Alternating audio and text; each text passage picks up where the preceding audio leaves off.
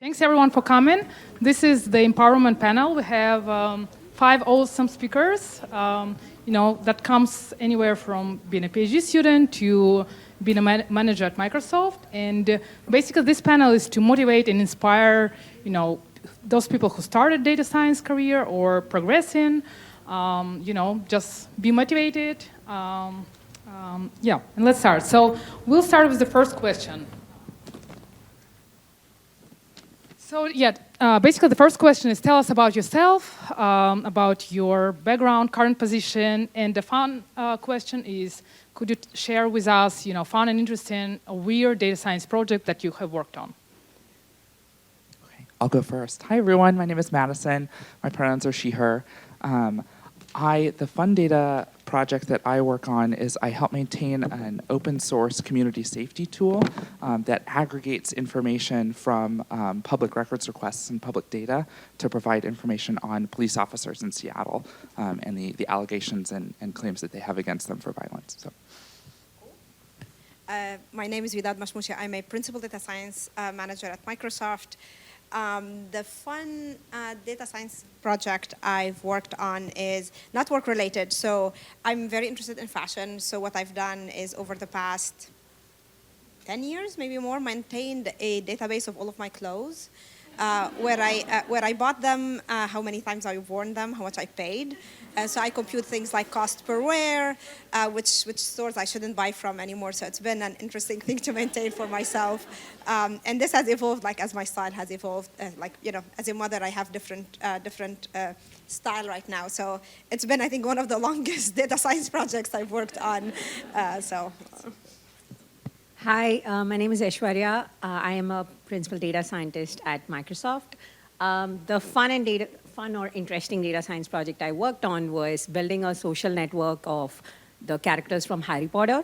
And I also did the same for the characters of the sitcom The Office, just to see how many times Dwight and Michael interacted. So that was kind of fun. Hello. Hello, my name is Diala Izzadeen. I'm currently a product manager at deeplearning.ai. Okay, what's the fun data set? So back in the day, I really wanted to basically predict sarcasm in tweets. And that basically took me all the way into trying to figure out myself how to understand sarcasm in French.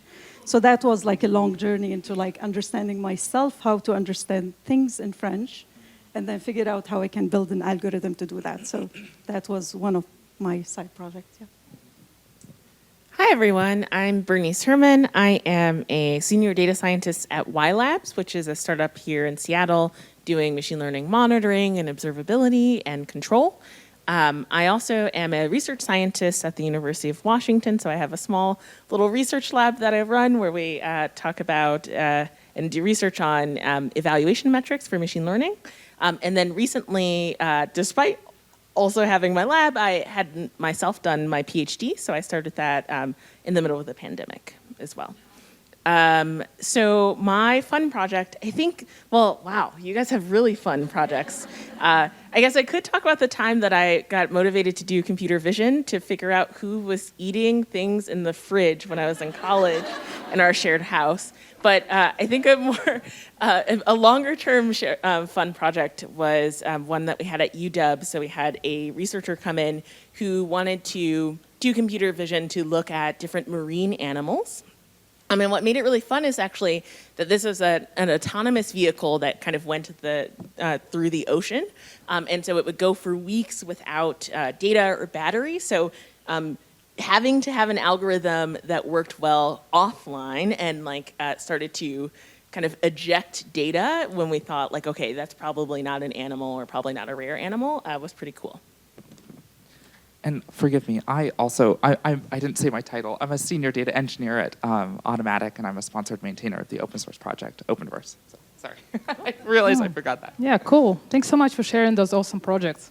Okay, we are ready to dive deep into your careers. So the first question will be, reflecting on your career, what are the scopes you see for the roles, and what are different various paths that are available for junior data scientists or those who are progressing in their career. And I think with that, you might be a good person to start because you progressed throughout your career to be a principal data scientist managing team at Microsoft. So why don't you start? Sure. So I started in data science back when data science wasn't a kind of a discipline by itself. We were applied researchers. And I think that the path I chose for myself, so if I think about kind of even currently like the paths that you would think about as a data scientist, there's like one aspect of data science that's more around measurement, experimentation, metrics, and then one path more around like, you know, machine learning development, feature development, whether you're using machine learning or just data analysis or LLMs or anything that you'd like. So you can think of it as like development versus evaluation. And I think for me, these are kind of two like, you know, very different approaches with how you'd approach data science. I chose the measurement path. It was inspired with what I've done in my PhD, but it was also unrelated to what I've done in my PhD because that's how it was with data science back then. And then I think as I progressed through my career, becoming a manager was simply a result of wanting to have larger scope overall. So, you know, as an IC or individual contributor, you know, you're able to contribute to an area, but you know, you're limited by yourself, by the resources you provide yourself. So becoming a tech lead was the first step because this way you're managing a project and you're working with multiple people. And then I found like I had like a lot of joy just growing people, identifying what they're good at, and kind of helping them become great data scientists. So I transitioned into the manager role, which is like I think is a very interesting role. It has a lot of challenges, I think everyone will say, but it has like this satisfaction of like kind of almost like seeing a parent like seeing your child grow. For a short period of time, I decided to go back as an IC because kind of I missed being kind of more on the technical side. There are certain things I wanted to develop in more. That was just a few months ago. And now I'm back to being a manager again. And I think like overall being a manager gives you that like large scope and I think, you know, a humble brag, I think I'm a good manager. And I think, you know, being able to grow people, I think is a huge service as well. So kind of if you're a good manager, if that's something that you find yourself doing really well, I encourage you to continue that because, you know, being a good manager is not necessarily an easy task. Thank you. Aishwarya, I think you have a very unique position where you're a technical lead. So I think you might be a good person to share your story too. Sure. On behalf of individual contributors everywhere, I want to thank awesome managers like Vedad for letting us be successful at what we do, right? So my role is, again, like Vedad said, I got started in data science when data science wasn't really a thing. You know, I started off as a software engineer, and I sort of stumbled my way along to figuring out, like, okay, this is the path for me. Right now, I am the technical lead and architect for generative AI initiatives within Microsoft's security suite of products. That's a mouthful, but what it means is that, like, and I want to offer a contrast to, like, you know, like what a people manager does versus like what an IC does at a principal level, right? So the problems that I work on are more technical. So, you know, I'm still participating in things like long-term strategy, you know, like what investments we should be making in the machine learning and AI space. But I'm not, thankfully, responsible for performance reviews, for instance, right? Like, but there is a misconception that, like, oh, as an IC, you get to work in a silo. Definitely not. You know, like I'm in meetings all day long, and you know, like mentorship or empowering others to grow is a huge part of my day-to-day role, and if there's something that I take joy in, right?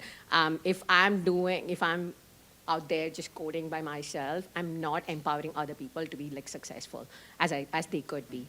Someone asked me again like this difference a while ago, and it's not the best analogy, but if you've ever seen Marvel's Avengers, I think of Captain America as a people manager, Iron Man as an IC, right? Like he even mentors the fresh-eyed, dewy-faced Peter Parker, you know, intern into becoming Spider-Man. But that's sort of the contrast. But I do see those roles as a contrast to each other, but also like really necessary to keep a team going. Cool. Bernice, you're doing it all, doing a PhD and working in two jobs. Could you share your experience? Yes, I am a very scattered person. Even in college, I was a heptathlete, so I did 7 events in track and field. So I have I've bounced around in a lot of different roles. So I worked at an investment bank, largely as an IC, doing kind of financial pricing options and things like this. I worked at Amazon, mostly as an IC. And then when I came to UW, I took on kind of a tiny lab of one student. So that was my first kind of managerial experience. And managing a graduate student is its own set of challenges. And I think really most recently what I wanted to talk about is the startup that I work at. So this is very much a small team that's pretty flat. So I don't manage any people myself, but really got into the side of kind of looking at product and relating to product in a way that I haven't before. And that is just another path that you can take. You certainly still have to decide between IC or management. But I think the differences between working at a large company and having kind of a large infrastructure that you're interacting with many different teams versus working at a very small company like a startup or a research lab where you're working, kind of directly with a small handful of people. You still have many, collaboration meetings and collaborations outside of it, but just quite a bit of a different environment, I think. Cool. Moving on. So, reflecting on your journey in data science, what personal qualities or attributes do you think were, key to progress in your career and get where you are? And Diala, I know your story. So you struggled in the beginning of your career and traveled across countries, coming from all the way from Lebanon through France, I think. Could you share your story, please? I grew up in north side of Lebanon. It's a very rural place. I was a high school teacher, high school math teacher. I never imagined I would be here today. So I went through a lot of struggles. This is the job that I want? How I learn more? How I can move to a different job? So I think I moved from having a bachelor degree in pure mathematics to statistics through a project. So I help someone. So this is one of the things that I learned. Oh, probably it's not working. Oh. So yeah, good. Sorry. So one of the things that I feel like I have this calling to help and to be of service to others. So I helped a friend of mine to do a project, and that involved me learning about statistics. So this is how I moved into like, wow, this is something that I enjoy, and I like those numbers. So I started my master's in statistics. I was like, I really enjoyed the topics. And that's basically, I end up with a scholarship to go to France and do my PhD. So that was not all easy. So I needed to have a full-time job, take care of myself, so all of this. But I really enjoyed the journey. I really enjoyed learning new things. So I moved to France. I started a PhD. Back then it was like applied mathematics, something related to data mining. I didn't really know how to code, and that was part of my thesis. So I learned that myself, like how to write C++ code, how to use R. Back then was R like the only way to write, like statistical analysis. And I was really a good teacher. And I really taught a lot of students, like how to learn things along the way. So I think my journey was not an easy journey, but I think the one thing that I really enjoyed was learning new things every time. So there is something about me that I really don't like how things are in general. I always like to change it. And the main reason why is because I want to help others and see how others can succeed out of it. So these are basically my own experiences. So today, So I switched careers a lot because I want to learn new things. So now I'm a product manager. And in my career now, I learn a lot about LLMs. And I work with a lot of companies, startup companies. One of them is Y Labs. So I worked with Bernice on a short course. And yeah, so I feel like just don't shy from learning new things, even if you don't know about it, anything. Just try. Yeah. Thank you. Madison, I know you are building some tools for those battling oppression. Maybe, yeah, you might be a good fit also for this question. Yeah, when I look back at my career and think about some of the qualities that I had, like what set me up for success, I realized that one of those was that I have a strong drive for building and finding community. And that quality in myself has been what has opened the door for career opportunities, for personal opportunities. I am a huge open source proponent. I'm a sponsored maintainer of an open source project, but I also eat, sleep, and breathe open source. I do open source projects on the side. And open source is particularly a great way to engage and build in community because it's inherently an act of collaboration that's happening. And so being, none of the stuff that we do is or necessarily should be in isolation. And there's real strength to be found in collaborating. And so finding those communities to be able to do that collaboration in has been really important. And it's we're sold this, I feel like, depending on the route that you get into, computer science or technology or data, we're sold this sort of like meritocracy vision of like, oh, like you'll be assessed for your skills, and you'll showcase yourself on the marketplace of ideas or whatever. But like the reality is, every position that I've gotten has been from the network that I have engaged with, and so I say that because. While I would like it for us to just be able to like showcase like our skills and whatnot, the interactions that we have and the communities that we build are so important, and so that I would encourage that. Yeah. Thank you. What about you, Widad? I want to plus one on what Madison says. I think all the opportunities I've gotten were through mentors who, like, that's how I switched jobs, how I switched teams. So plus one on that. Yeah, we fight for us too. Yeah.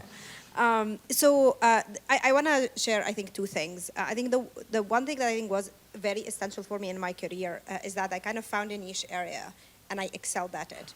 And I think this is like sometimes people, when you're young and you're thinking it's like, oh, I want to find my passion. I absolutely hate for people to find their passion because typically passion is not necessarily when you're good at. Passion is not necessarily going to make you good money. Find something you're very good at that you enjoy and then spend the rest of your time doing your passion. So figuring out what you're good at, becoming essential at it. And I think this also kind of reflects, I'm more on the measurement side of things. I do A/B testing. I am known as the A/B testing expert in my network. So if you have a metrics question, I'm the person to come to. And I think that has been essential for my growth and my career. So figure out something that you're very good at and start building your reputation around it as you grow in your career. It'll build reputation, it'll build network, and it'll just build that community for you where you can actually excel and shine. The second thing I want to share, which is kind of a little bit of a reframing of something that we think of as a negative thing, which is imposter syndrome. I think everyone here has experienced it. I believe everyone experiences it, but we always have this like negative association with it. And it's true, right? It makes you question why you're there. But then a reframing of it is like, everyone has it. It's a good trigger for you to kind of excel more, maybe even be comfortable with imposter syndrome. I think, okay, I'm gonna go and explore a new area, like Yala was saying, right? And thinking that, it'll be okay, I can do it. I feel uncomfortable and I can do it. So I had a lot of imposter syndrome early in my career. I still have it right now. But I try to kind of, when I have it, is to just like reframe it and think of it. It's a new opportunity. People know who you are and they chose you for this position for who you are. You have to learn things, of course, but you're bringing in a good wealth of information with who you are. So just reframe it into thinking about, I'm feeling very uncomfortable and it's gonna be tough, but that's how I grow, that's how I learn, that's how I shine. I think do it scared. Yeah. Yes. Cool, thank you. So getting a little bit more technical, so how do you guys stay updated on the latest trends on literature in data science and AI? And how important it is for you, the continuous learning in the field? So Aishwarya, I know you lead Gen AI initiatives at Microsoft. So with AI, development at the light speed, it's very important to be up to date. So how do you do that? Great question. I wish I did that better, but one of the things I want to address is, even before getting into all the resources of how do I stay updated, is just the general FOMO and anxiety that comes with, I'm not staying updated enough. There's this new papers being published every day. There's all of these conferences I need to catch up on. There's tons and tons of advancements that are happening. I want to give a moment to give yourselves grace that it's okay not to know it all. But what is important is the ability to learn it when you need to, right? So I always think of this T-shaped learning curve, where what it means is that you have a broad knowledge in a lot of things, but you're really, really deep in something, right? And what that thing is can evolve and should evolve over time, right? Maybe you are an expert in something like Dad was talking about, you have your niche, but even that can be a really broad thing, and that can evolve over time, right? And fit it to what you need, what your business needs, and just the ability to have that flexibility, right? Have that flexibility that okay, I may not be able to, I may not know everything, but I am a person who can, you put me in a complete greenfield, ambiguous project, I can figure it out. And building that reputation, I think, is super important. Especially I've realized it, Gen AI, I've been working on it for the last year and a half. And I was not an LLM person. I was more on the applied traditional machine learning, prediction and forecasting and product analytics. And then, when the opportunity came up, I said yeah, give me it and I'll figure it out. And I did. And even now, I learn best on the job. And that's a style that works for me, right?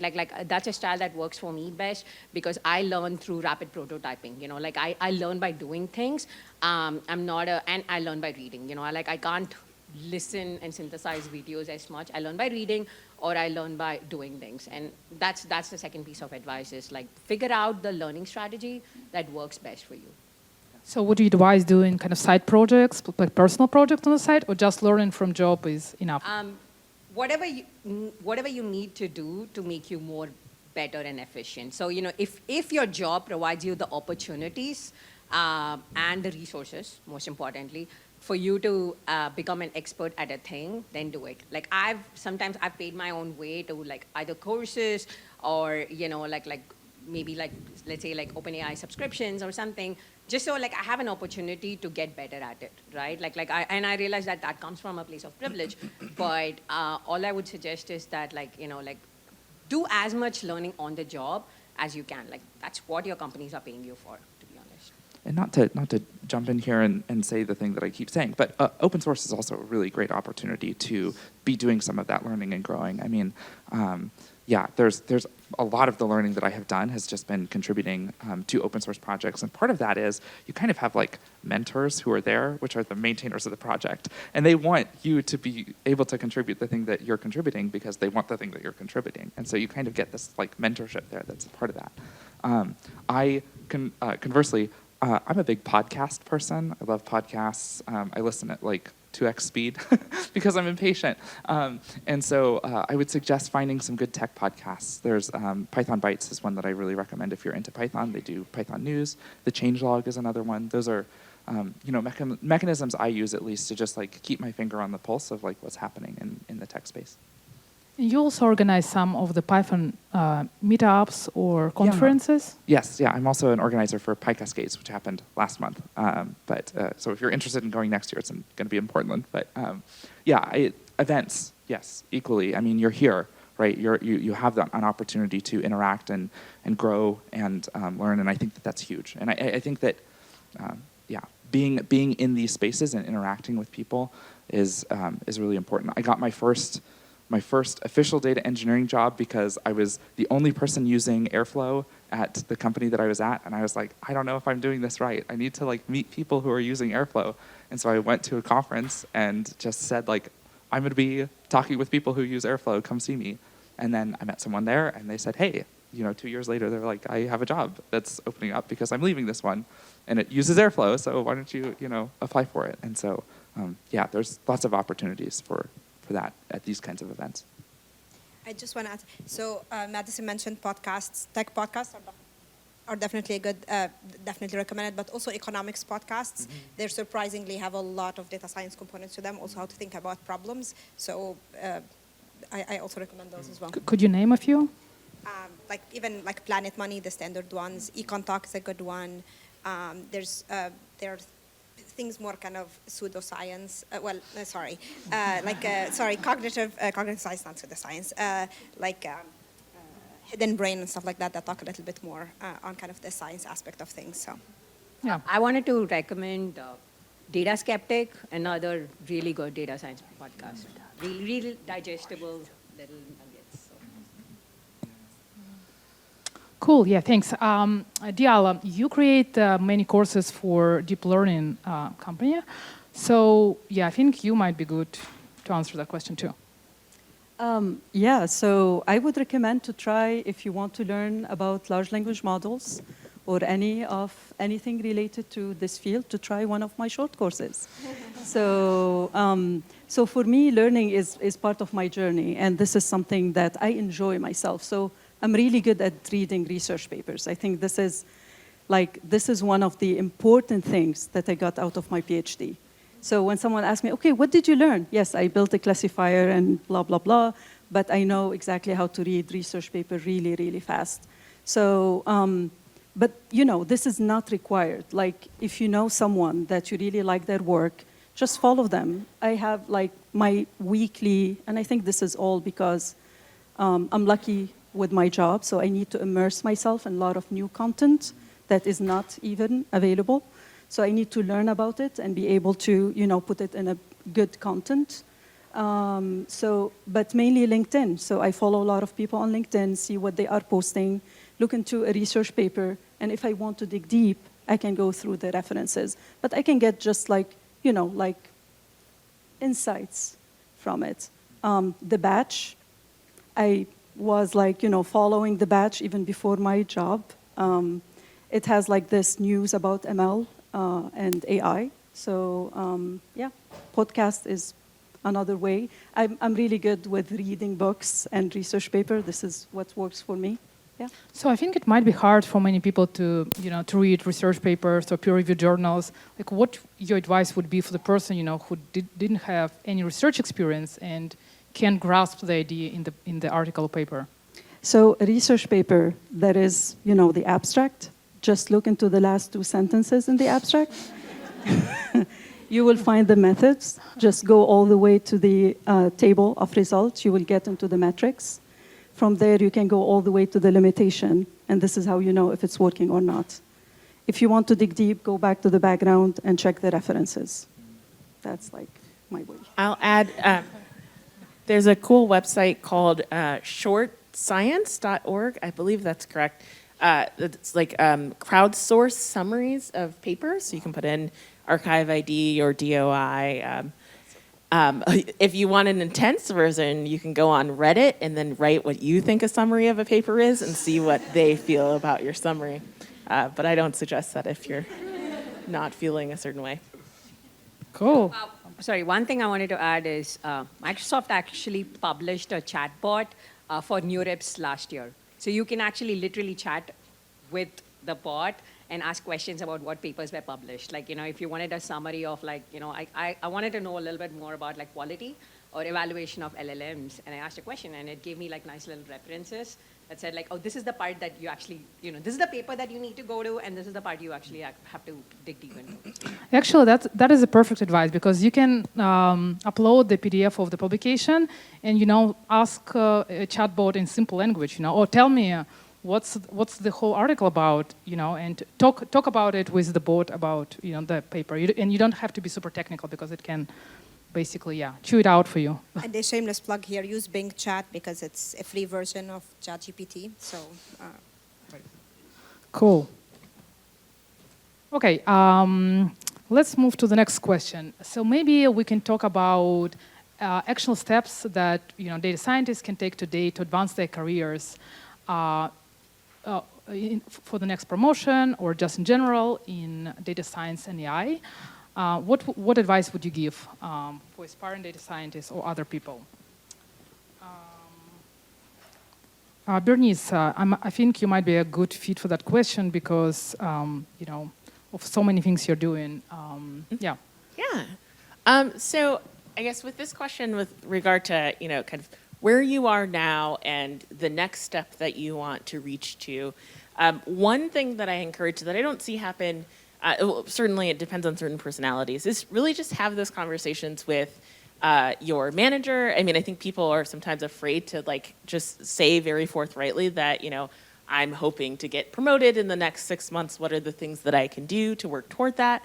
As well as kind of taking on projects. So, right, sort of as you're having these conversations about the backlog of work that you have, really having those conversations about what you want to learn, what you want to get better at, being honest about the things that you may not be good at so that we can negotiate, if this is the right project for you to take on that aspect or not. I think that part's a big one. And then just, I think there's lots of opportunities for things that, frustrate you in your work, right? Like little things that would be nice to fix that you, maybe they won't get fixed for a while, so they're a good opportunity for you to really think about, well, how could we address this? Here are my proposed solutions for addressing these things. Those are really great opportunities that make your work life better and that of your team, and are some, maybe some easy wins to find that no one was really addressing. Thank you. With that, how would we all become data science managers at Microsoft and principal data scientists? So I think, so to become a manager, I think you really want to think about what's associated with it. Like, as I said, a very nice aspect of it is, it's a kind of an easy way to grow, right? Like your scope grows, you have people in your team, so you can kind of work on more things. But I think sometimes thinking you can get a lot of what you're that management aspect of it through being a tech lead, right? Like you get that wide scope, you get to work with multiple people. But in terms of how to become a manager, I think one of the things to keep in mind is that it's also business need, right? Like some teams do not necessarily have the need for a manager simply because of just from a people perspective, right? But that doesn't mean you can become a tech lead. That doesn't mean you can become a mentor for an intern. That doesn't mean you can become an onboarding buddy for a new hire. So these are all opportunities to start showing these skills that you need, and then when the opportunity comes up, you can kind of seize it. But another thing to Bernice's point as well, be clear with your manager that you want to become a manager. So even if when the opportunities come up, even though it's not going to happen in the next year, but when the opportunity come up, reorgs happen, many things happen. So your manager have an idea of you've mentioned it to them, it's on top of their mind, and they can kind of recommend you, or at least think of you when these opportunities come up. The last thing I want to say about becoming a manager, as you're thinking about it as well, is that you're the only manager for your team. No one else can do that job. Any other IC work you're doing, any other project you're doing, there will be other people to do it, right? But you're the only person who's the manager for your team. So at some point, that will be your top priority because no one else can do it. So thinking about it from that perspective, that it will become at some point, it's always going to be superseding other stuff when it becomes time sensitive, and kind of being okay with that you have to drop other things to be the manager that your team needs is a good thing to keep in mind as well. Cool, thanks. So what about you, Bernice? Sorry. Aishwarya? Sure. So one thing I want to say, and this is a piece of advice I got from a mentor a while ago, is output is not the same as outcome. So it's possible that you might have worked really hard and really stretched yourself thin, but the thing that you were working on was the wrong thing, or it did not matter to the business, or it did not matter to your manager or boss in a way you thought it would. So having that clarity on am I sort of really moving the needle, or am I working on the right things, or it's not just about the effort you're putting in, but is it actually resulting in the impact that is required for me to get promoted to the next level, right? And that is something that I wish I had learned way earlier in my career, because I thought oh, you know what, I'm just going to do my job and keep my head down and promotions are going to come. That doesn't happen that way. So I think that is something, and especially I see it in women, that we lack that sort of that drive to kind of like push yourself to even like say like, hey, you gave me this, but is it really going to help me get promoted? If that's your goal, right?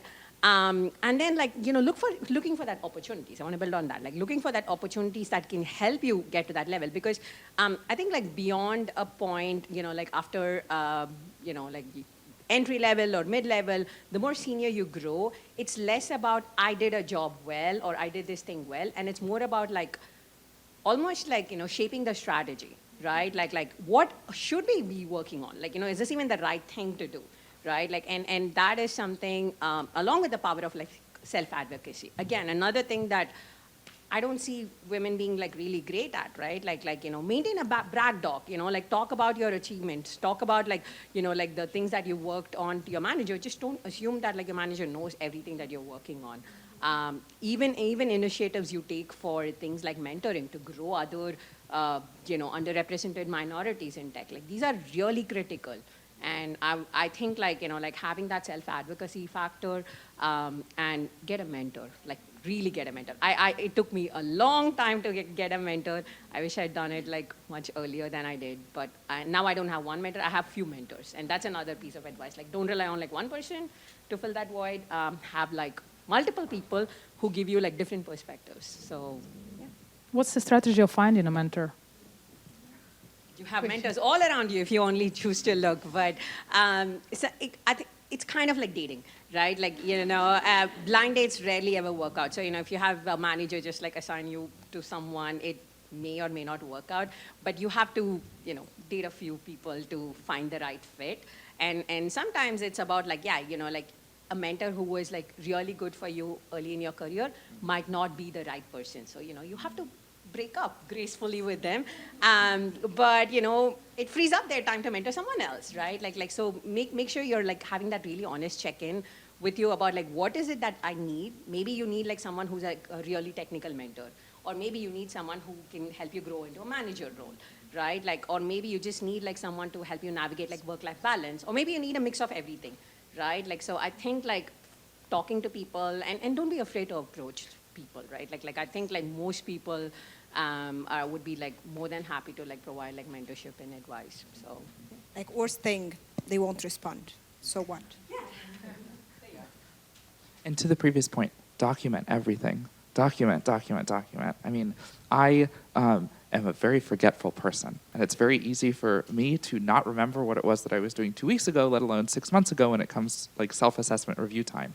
And so for myself, I have all of my tasks that I'm keeping track of all the time, and then once a month I go and summarize all of that into key bullet points so that every 6 months when I have to do like a self-feedback or I have to, give an assessment of myself, I have all of that summarized and I have it all ready, because inevitably I'm going to forget about half the stuff that I did anyway, even as I try and go back and think about it. So. Yeah, that's a good advice. Do you just keep it in spreadsheet or like some website useful for that one? I use Obsidian, which is a note-taking app, but I would just recommend like whatever works for you. I was doing pen and paper at one point, but then you can't add hyperlinks to pen and paper, and so my mentor recommended using a digital note-taking app, and that was really helpful. But OneNote is also very good for that if you're on the Office ecosystem. Cool. What about you, Diala? What could you share your? I think like Ishwarya, she mentioned most of the things that I would recommend. Mainly find mentorships, ask people just in the conference, anyone that you really enjoy reading for, or like them, just send a message, ask if they would like to be your mentor, and share what you are working on. Share it with your team. Go to your like team Slack channel and share what you are working on and ask for feedback. I think the main thing that I struggled with is to ask for feedback and give feedback. I think this is help. One more thing that I would share here. Think about your business, what your customers really want, what the senior leadership are looking for, and try to, align your work into what they really want and share it. I think that's too, yeah. Thank you. Cool, thanks for advice. Okay, so we are moving to the fun part. So what one piece of advice would you give to a younger yourself? Alternatively, best advice you've got from your mentor? Madison? I see you have a story. I mean, the one piece of advice I would give to myself jokingly is, yes, you are a girl. Introspect that a little bit more. Don't wait years for that. But the other piece of advice is leave the door open. I think there are some opportunities that have come my way that if I had been busier, if I had been had filled up my schedule too much, that I wouldn't have been able to step into. I find that that's constantly a struggle for myself of like being too busy and having to turn stuff down. And I think that just leave the door open, because there's a circumstance to stuff that happens, and I think leaving that door open for opportunity is really important. So first, I'll share one very good advice I heard from a mentor, which is, we're usually told you can have it all. And you can, but the thing to remember is that you can't have it all at the same time. So thinking of your life as going into cycles, right? So when I became a parent, I realized that I can't just be going the same way at work as I was at home. Like, it was a completely new thing for me. So for that cycle of my life, I prioritized one thing over the other. And then after that, I prioritized work, because I haven't been working, I've been on leave for a while. So I think you can have it all, but it's hard, at least for me, it was hard to have it all at the same time. And being okay with going through cycles where you're prioritizing different aspects of your life. And I think, I had a CVP give me that advice, and it was very refreshing, because you think of, people who have made it in their career as they've done everything at the same time. But then they acknowledge that it goes up and down, and they struggle the same way that we do, and just figuring out, invest in the top priority thing you have at that moment, and realize that you'll get to focus on another area in another cycle of your life, which could be just a few months away, but kind of thinking of it in terms of cycles, I think was very helpful for me. My advice is almost exactly the same, right? Your career is a marathon. It's not a sprint. You have to pace yourself. I started out as a software engineer in Microsoft, and then I realized that, that was not the right path for me. So I took a huge pay cut to join a 3-person startup where I worked. I learned skills that made me successful, and then I joined Google at a lower level than, some of my peers had been, who had graduated at the same time with me, right? It was disheartening, I'm not gonna lie, but in retrospect, it was the right move for me. I wish someone had told me that it's okay, things work out in the end, right? There is no one straightforward path. You don't have to have it all figured out, the second you step out of college into the real world, right? And very, very important to pace yourself. I love the cycles analogy. I myself call it seasons, right? I had my priorities shift when I had kids. When I came back from maternity leave, I knew that I couldn't push myself the same way, and you just have to trust yourself that it's not going to stay the same all the time. Things will get better. You will find the right balance that works for you. Cool, thanks. Diala? So I think accepting help from others, this is one of the things that I would tell my younger self, and things will be just fine at the end. I think my mentor asked me to do one thing, and I struggled really, really hard to do it, which is just break one rule. Just try to break the rules, at least once. And I really, really struggled. Even small thing, okay, don't make up your bed today. It's okay. I completely struggled. I spent the whole month trying to figure out one thing that I would not do, and I couldn't. And then when I talked to my mentor, he was like, yeah, the struggle is basically what you learn from. So, yeah, that's... I have a very easy time not making up my bed. But for me, I guess... It airs it out. It's good. Exactly. For me, so I think in some ways, personality-wise, I am maybe a lot of stereotypes that aren't true for everyone about an engineer. I was very, very interested, and still am, in like building things and ideas and not so much people. But I think if I could go back, it would be really to learn about both myself, like what I don't like, how I act, like maybe the emotions that I forget that I have sometimes, like how they actually come out and affect a lot of things, and other people, right? And you know, every job that you have, even as an engineer, right, is very interactive. There are other people involved, and so really having interest in, I think, people is something that you have to balance with all of the cool tech things as well. Cool. Thanks so much for sharing your experience. So we're done with prepared questions. Now we are happy to take some questions from the audience. So we have 2 mics here, or you can just shout out if you're loud enough. Okay, I'll try and shout. We'll see if it works. That sounds good, I think. So a couple of you transitioned from long periods of being professional academics. What were some of the biggest hurdles of leaving that space to go into more traditional business, and how did you overcome them?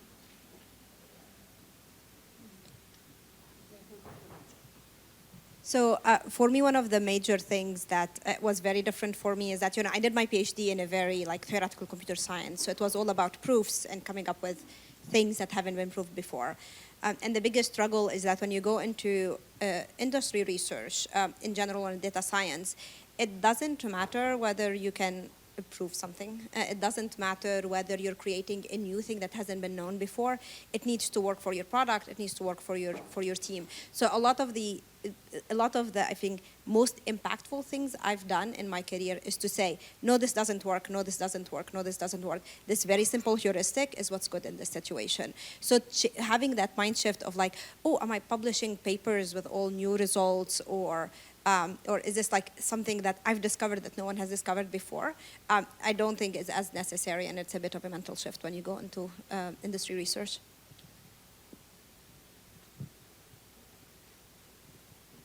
Any more questions? Here.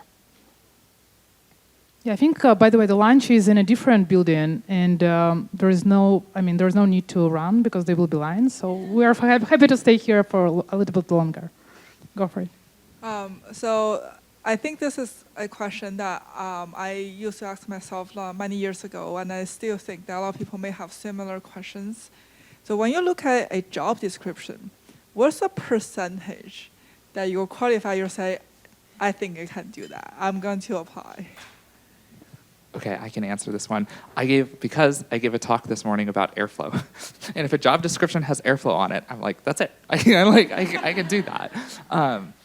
So I feel like for myself, because some of the technologies that I work with are more specific, I know that like if a job description has that, then I am able to do and learn, as we talked about, some of the other stuff that's necessary for that role. And so it's kind of, it goes back to the T that Aishwarya had talked about of building that space where you feel like you're confident and using that as your foot in the door to then be able to learn other things. Like the current work that I'm doing right now, I do a bunch of essentially like DevOps and infrastructure work. And that was all stuff that I've learned in the last 2.5 years that I wouldn't have known beforehand. And so, but what got me in the door was Airflow. So, yeah. I have an answer, not a maybe percentage, but I think some of it is personality tolerance. My husband's very much a person who like needs to be an expert in something before he feels like he wants to apply. I'm maybe not that. I applied to a role that was like, oh, you're going to have PhD students. And I was like, well, I haven't done my PhD, but if they'll give me PI status, I'll do it. But I think, I think if it takes a skill and a certain amount of time to read a job description and really understand what that role might be. And they're not all written well. Like sometimes they're written from outside of the team, so you don't know. But I think, you can read a role and understand maybe they're asking for a PhD because this is a very heavily research-oriented or like academic research-oriented role, or it really takes like envisioning that position and seeing if you have what it takes for that position, and then feeling free to try, right? And having that conversation in the interview process. Yeah, I think one thing I want to add is there was this survey done, you might have known where men typically apply to a job when they meet something like 2 out of 5 criteria. Women don't until we meet all 5. So the thing to remember is that job descriptions usually are a wish list. So they're not 100%, they're not like requirements. Like it's a wish list. It's been distilled down from hiring manager to HR to, like maybe even ChatGPT, who knows. But if you have a gut feeling, apply for it. Don't let yourself be your worst enemy in like filtering you out. Like, there's plenty of enemies for us out in the world. So, you have to be your own advocate. So, like that is something that I also realized in retrospect. Yeah, I struggled a lot with, like when I find like, probably similar to your husband, it needs to be 100% what I know. So it's not easy. But if you find a job that you really like and you feel like this is something that you want to work on, just connect to your network. Find someone to refer you, right? Like really, like think about what they are working on. Go to their website, look into their product and try. And, like jobs, it might, even with doing all of this, it might not work. Because it's at the end, it's a relationship between these people. So you are interviewing them the same thing as they are interviewing you. So try to figure out if you like them too. So don't stop yourself. If you like something, just apply and find someone to refer you. Yeah. Any more questions? Yeah, we have. Yeah, Okay. So I was wondering if any of you have some good advice for someone who is in a very unique role at their organization, but especially a unique role that's also like a fairly new hybrid role in the industry. So for example, I have my degree in data analytics. That's where I want to focus, but I'm also now working in user experience research. And it can be kind of hard to convince teams to let me help them sometimes. And so just kind of navigating those new and emerging areas. So if I understand correctly, it's about like a large part of your role would be about other team asking you for help or helping other teams figure out certain data questions that they have, and kind of how are you successful in that? I think so. Because my role as a data scientist, I've never owned a product, right? It's always about measuring other products. I think a lot of it is go and ask them about what their business goals are. Just have a conversation with them. It's like, I'm willing to help. Just talk to me a little bit about what you're trying to achieve.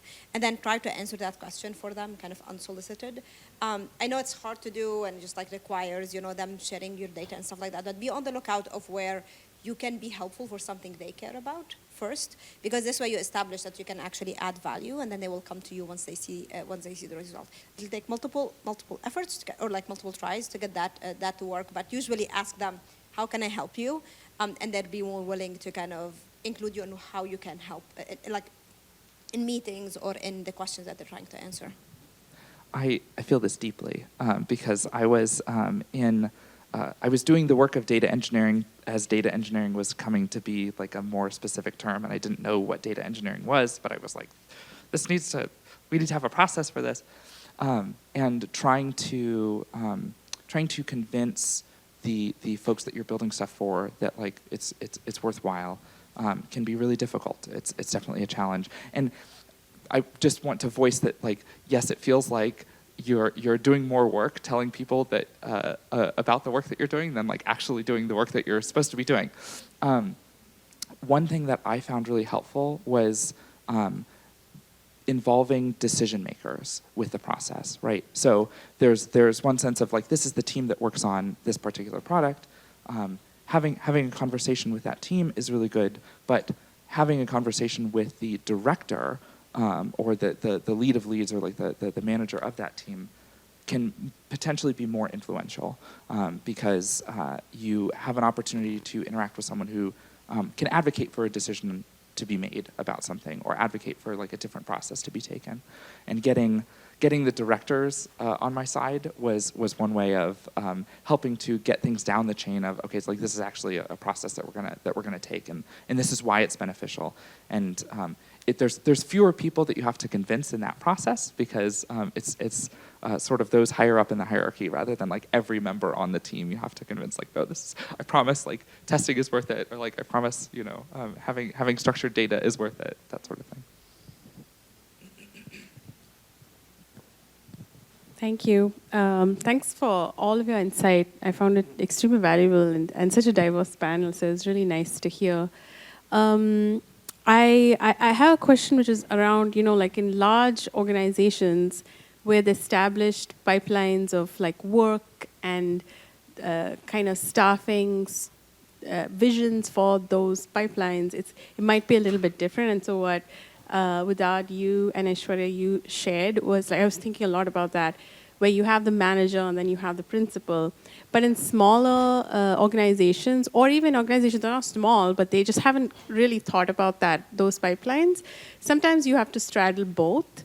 And I sort of am in that kind of a position where I manage a team of data scientists, social research scientists, epidemiologists, but I'm also kind of a senior epidemiologist. And so what are your strategies for, and as you know, all of you who have managed people know that it could just suck all of your time, the people management aspect. And so what are your strategies for balancing that, but also really protecting the time that you need to remain technical and be sort of knowledgeable about the latest developments?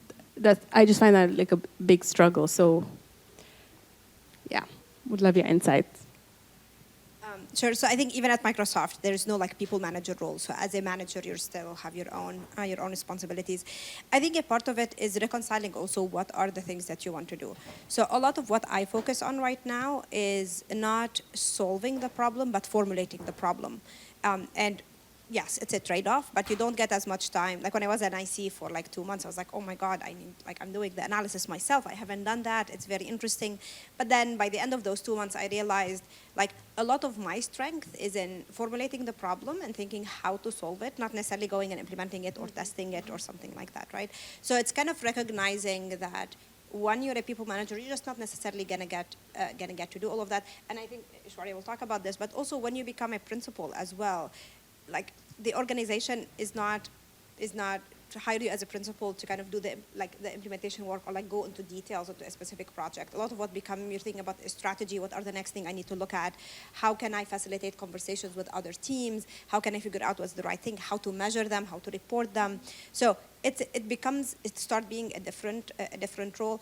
I think there are certain roles where you can be principal and still doing those deep investigations, but there's more of them, but not as much. And I think it's kind of reconciling that,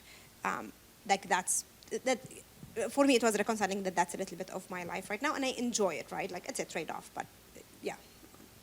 One thing I want to add is like, I totally get where you're coming from, right? Like when I started at Microsoft in my organization, there was no data scientist, there was no data engineer. There was no data. So, well, there was data, but there was no usable data. So my journey was, all about like, building that pipeline and building that team and doing what it takes to get things done, right? But I think it comes to a certain point, and I have this analogy of like, you have projects, you have like, like all these randomizations that demand your attention right now. And sometimes doing them gives you that instant gratification. So you kind of get stuck into that cycle of like doing things and being in a more responsive and reactive role rather than thinking about like, big picture strategy, right? These are what I call chocolate chip cookie projects because, you eat them, you get a high, right? Like you're actually like, you get that instant gratification, but they're not great for you in the long run. You need your greens and broccoli, which is like, things that take a while to materialize. And, they're not always like immediately impactful, but they are, in the retrospect, the right investments to make. So I think like having that balance of like, and just working on those isn't great either, like you need the occasional chocolate chip cookie in your life. So having that balance of like projects and investments for both for yourself and making sure that your team is working on that, I think, it helps with morale, in my opinion. I would also say delegation. Like I as a lead, I'm like, oh, I don't want to be a bother. Like, I'll just do this myself. Like, I don't want to, bother my team with that. And then you end up taking on everything. And it's like, well, no wonder I can't do some of the stuff that I want to do is because I'm doing all this other stuff. But when I was an IC, I was happy to do something that my lead asked me to do, right? I wanted to pitch in and be helpful. And so remembering that mindset of like, oh, it's okay to ask my ICs to be doing things, because when I was in that position, like I was fine with that as well. Yeah. Okay, we're going to take one last question. Go for it. No. Thank you very much. So my question is, what advice would you give to someone who has been working in a traditional or like old-style data analysis like role, but want to enter the data science field like very enthusiastically, and assuming this person has already been learning like SQL, Python, and LLM kind of stuff? Yeah. Thank you. So can you clarify a little bit of like what's the current role you're in? Yeah. What do I mean by traditional Yeah. data analyst role? So take myself as a case. So I have been working as a data analyst for all my career, and the key skill set I have is like I use data a lot, and I learn. I have economics, a little bit of the economics background, and I did a lot of program evaluation. And I worked in large scale assessment, and I know like quasi-experiment methods, but I was not super like tuned to all those new stuff, but I'm learning them. And I'm 35-year-old right now, so I'm trying to change my career path. So what kind of suggestions would you have for me? Thank you. I'm in the same field, so come talk to me. But I think so the path I chose is measurement, right? So it's less on the machine learning development, but a lot of the stuff that I do is evaluating machine learning or LLM models, right? So if you have a good foundation of math, good foundation economics, of assessment and metrics, I particularly believe this is one of the most important aspects right now with this LLM era and Gen AI era, because you can release all these models, you can build all of these models, but like evaluating them and correctly assessing them is important. So I think look out for areas or project or job descriptions that have more on the evaluation side, on the measurement side, because if you have that background, whether around stats, whether around assessments and data analysis, these are very important skills for that aspect of it. If you're interested more on like LLM development or machine learning development, that could be a bigger jump, but you can start like, maybe more on an entry-level position where you can learn a lot of these on the job and build some of that experience, and then that could be a way to jump into other companies or other teams as well. I'll just add, I love machine learning evaluation, so I'll add that, but it really depends on your organization too, and what kind of experience you want to have. So sometimes there might be opportunities to do some of the data science-y stuff that you're interested in doing in your current role, and that's certainly, a great place to start. But other times, sometimes if you do that, then you're taking on all of this work, like of new data infrastructure stuff or new whatever it takes to kind of get that project started in your role where it hasn't existed before. That can be, not necessarily what people want, and you might consider jumping to a different role that is, focused in the area that you want. I find that I have a number of friends who try to kind of move, slightly within their same role to their new tasks, but then they had to do all of that kind of work themselves as an island of one. And it's just something to consider. It depends on if there's a nice problem nearby, how much you like being on your current team versus trying to just find an opportunity in the space that you're trying to join, where you'll, likely have mentorship and you'll have a team of people doing the same stuff.